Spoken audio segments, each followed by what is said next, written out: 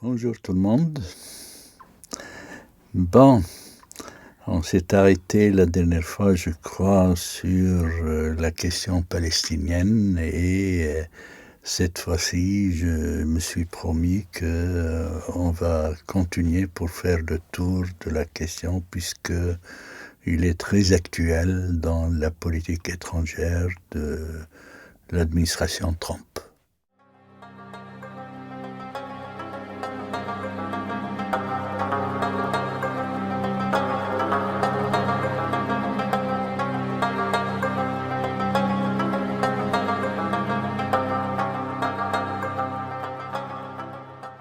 Donc, la dernière fois, on a plus ou moins abordé le sujet de la solution de ce qu'on appelait les deux États, un État palestinien et un État israélien, qui était finalement, comme on l'a démontré, un marché de dupes, puisque c'était affiché depuis plus de 20 ans comme quoi c'est la solution, mais sous la table, personne ne travaillait pour mettre en œuvre un État palestinien. D'une part, on a vu que du côté israélien, c'était la meilleure façon de bousiller la solution ou l'éventualité de mettre sur place un État palestinien, c'est de développer à n'en plus finir une politique de colonisation qui remettait en question la viabilité d'un État palestinien. Et la communauté internationale qui ne faisait que protester timidement par rapport à ça.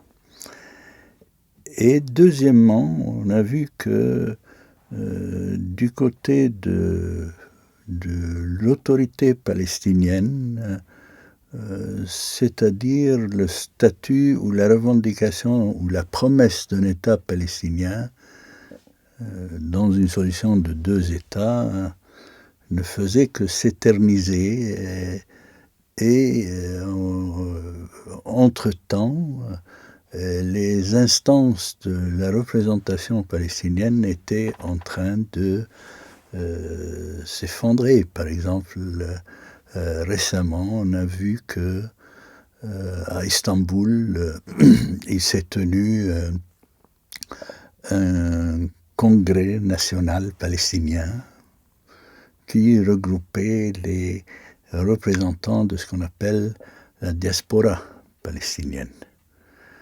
Ça, juste pour donner une idée, c'est que pour ce qui est du peuple palestinien, on estime la population palestinienne en gros entre ceux qui sont en Palestine, Cisjordanie, Gaza et les territoires de 48, et ceux de la diaspora à 13 millions à peu près de personnes.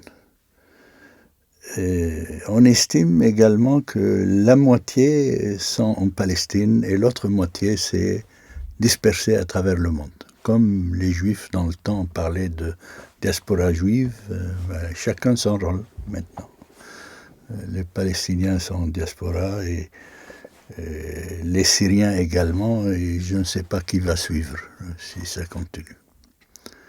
Et donc, ces gens-là qui se sont réunis à Istanbul, malgré les critiques acerbes de l'autorité palestinienne, comme quoi ils sont en train de faire le jeu d'Israël et de diviser le peuple palestinien et tout le... Mais ce que eux disent, j'écoutais la dernière fois celui qui a été élu à la tête de ça, M. Abou Sitta, et qui disait que, malgré les différentes demandes présentées auprès et de l'OLP et du Conseil national palestinien et de l'autorité palestinienne, réclamant de vive voix de tenir un congrès national palestinien. C'est un genre d'assemblée générale qui est supposé se tenir chaque année, sinon tous les 2 ans, pour élire les différentes instances et que ceux de la diaspora soient représentés, il n'y avait pas eu une suite à ces revendications, comme quoi, je ne me rappelle plus, le dernier congrès palestinien qui s'est tenu en Algérie, s'il y en a eu d'autres, mais ceux de la diaspora considèrent que ce qui a été tenu, par exemple, dans les territoires occupés, c'est pas légal, puisque tout le monde ne pouvait pas assister, etc. Et voilà. Donc, il y a un vrai problème, d'autant plus qu'il se manifeste à travers cette voix qu'on entend dans la diaspora que, vu les décisions qui ont été prises à la fin du Congrès, comme quoi il condamne explicitement les accords d'Oslo. C'est-à-dire, il considère que les accords d'Oslo signés en 1993 et qui stipulaient qu'il doit y avoir, dans un certain délai de 2-3 ans, un État palestinien, c'était une catastrophe aussi importante que la catastrophe de 1948, d'après ces Palestiniens à travers le monde. Un petit rappel historique, c'est que les accords d'Oslo ne faisaient pas l'unanimité à l'époque du peuple palestinien, comme ça ne faisait pas l'unanimité, si vous voulez, du côté israélien. Donc, la communauté internationale, et là on parle essentiellement des États-Unis, n'ont rien fait pour faire avancer, si vous voulez, ce dossier d'un État palestinien. On voyait très bien, on ne va pas revenir à la même chanson à propos de l'administration Obama, et c'est pas pour justifier ce que Trump est en train de faire actuellement. On va aborder le sujet de quoi il s'agit, parce qu'il est question maintenant de mettre en suspens, si vous voulez, la solution des 2 États comme horizon de toute négociation entre Palestiniens et Israéliens. C'est ce qui transparaît de l'administration, la nouvelle administration américaine comme prise de position.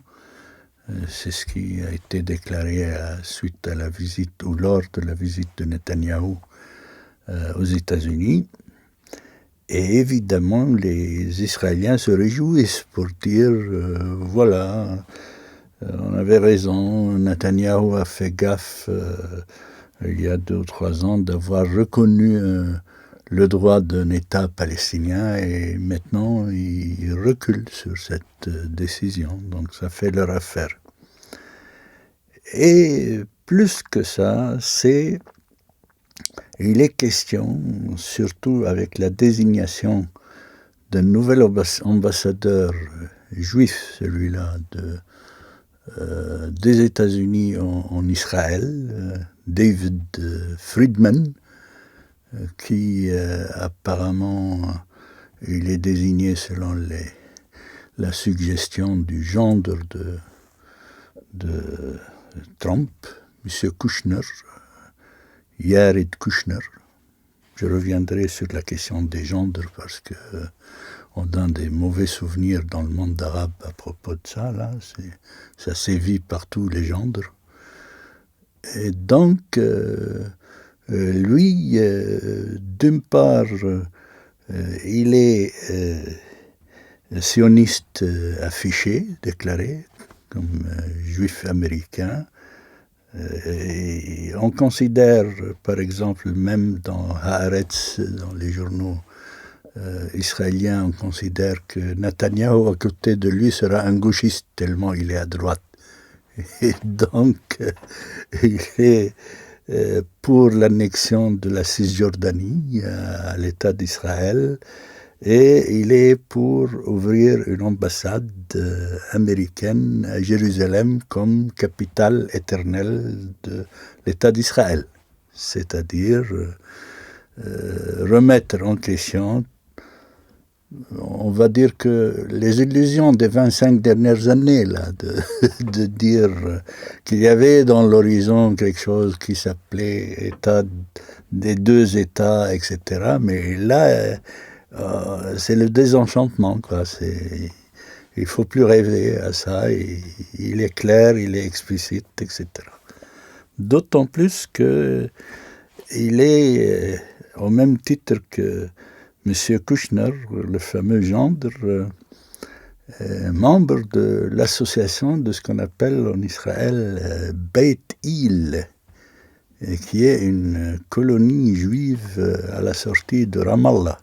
Et apparemment que le gendre a investi des millions de dollars dans cette colonie là-bas. C'est-à-dire, c'est quelqu'un de juif orthodoxe, très militant sioniste, et qui est le grand conseiller de l'administration Trump actuellement. Je dis ça parce que je parlais des gendres. On connaît la chanson dans le monde arabe. Les liens de parenté sont beaucoup plus forts que tout slogan de changement ou de démocratie. On a eu droit au gendre de Harawi pendant 9 ans comme ministre des Affaires étrangères. Maintenant, on a droit au gendre de Général Aoun également. On a appelé ça la République des gendres. Et pareillement, aux États-Unis, pourquoi pas, il y a le gendre. Ça me rappelle lorsqu'on disait que aux Syriens pro-régime, mais comment ça se fait que ça devient une démocratie héréditaire, que ça passe de Hafiz al-Assad à son fils Bachar. Il n'y a pas un seul candidat qui puisse prendre la relève. Ils disent que ça se fait dans le meilleur des mondes. Regardez, aux États-Unis, l'État le plus démocratique, il y a eu Bush père et Bush fils. Alors, il n'est pas sorti de l'auberge. Mais il ne faut pas non plus faire de la psychologie ou de la politique politicarde pour expliquer les décisions des États-Unis par rapport à un dossier pareil. C'est pas comme ça que ça se passe. C'est-à-dire que j'ai pas tendance à expliquer par la personnalité de tel ou la personnalité de tel où il y a une erreur. Non, il y a une politique stable aux États-Unis, que ce soit démocrate ou que ce soit républicain, que ce soit Obama ou que ce soit Bush, qui est parti pris pour Israël. Il y a quelques années, il est sorti un bouquin aux États-Unis qui est très important d'un certain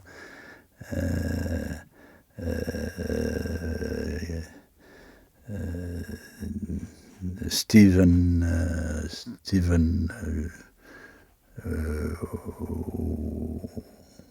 Ward ou quelque chose comme ça, et qui s'intitule Le lobby pro-israélien et la politique étrangère des États-Unis, avec un autre prof. Ils l'ont fait à deux, et qui donne l'envergure de l'influence de ce qu'on appelle lobby, non pas juif cette fois-ci, mais lobby pro-israélien aux États-Unis, et qui a beaucoup d'influence sur la politique étrangère des États-Unis, que ce soit chez les démocrates ou chez les républicains. Une institution comme les PAC, par exemple, qui regroupe toutes les ressources et des juifs des États-Unis et les évangélistes pro-israéliens, c'est quelque chose extraordinaire. C'est intéressant de savoir que On n'a pas attendu le gendre pour définir le genre d'amitié qu'on maintient avec Israël. Déjà dans la campagne électorale, on voyait la compétition entre Hillary Clinton et Trump, qui est plus que l'autre pro-israélien, etc. Pas pour rien ça. Et donc, voilà, en gros, ceux qui se retrouvent finalement, c'est ça l'aberration, et qui croient avoir raison après l'affaire de la décision américaine à ce propos, ce sont ceux qui se sont toujours opposés et à Oslo et à la solution des deux États, mais pour d'autres raisons. Par exemple, l'Iran, la Syrie, à un moment donné, Hamas qui était affilié à l'Iran, moins maintenant, et on n'entend pas beaucoup de commentaires actuellement parce que pour eux, ils n'ont pas pris au sérieux la solution des deux États et ils tenaient un discours comme quoi ils veulent libérer toute la Palestine. Au moins, c'est ce qui est déclaré. On voit très bien que le régime syrien a tout mis en œuvre pour libérer la Palestine depuis la guerre de 73, où le front du Golan est aussi calme qu'un parc canadien où on autorise la chasse des oiseaux pendant une certaine période de l'année. Voilà. Merci beaucoup pour m'avoir écouté et la prochaine fois, on va continuer sur la politique américaine dans cette partie du monde, sur d'autres dossiers, notamment on a commencé par aborder le dossier de l'Iran et on a promis d'aborder le dossier de la Syrie et de la zone de sécurité et une autre session peut-être pour ce qui est une nouvelle définition du terrorisme. Est-ce qu'il est fondamentalement sunnite ou bien ça peut englober des chiites, ça peut englober même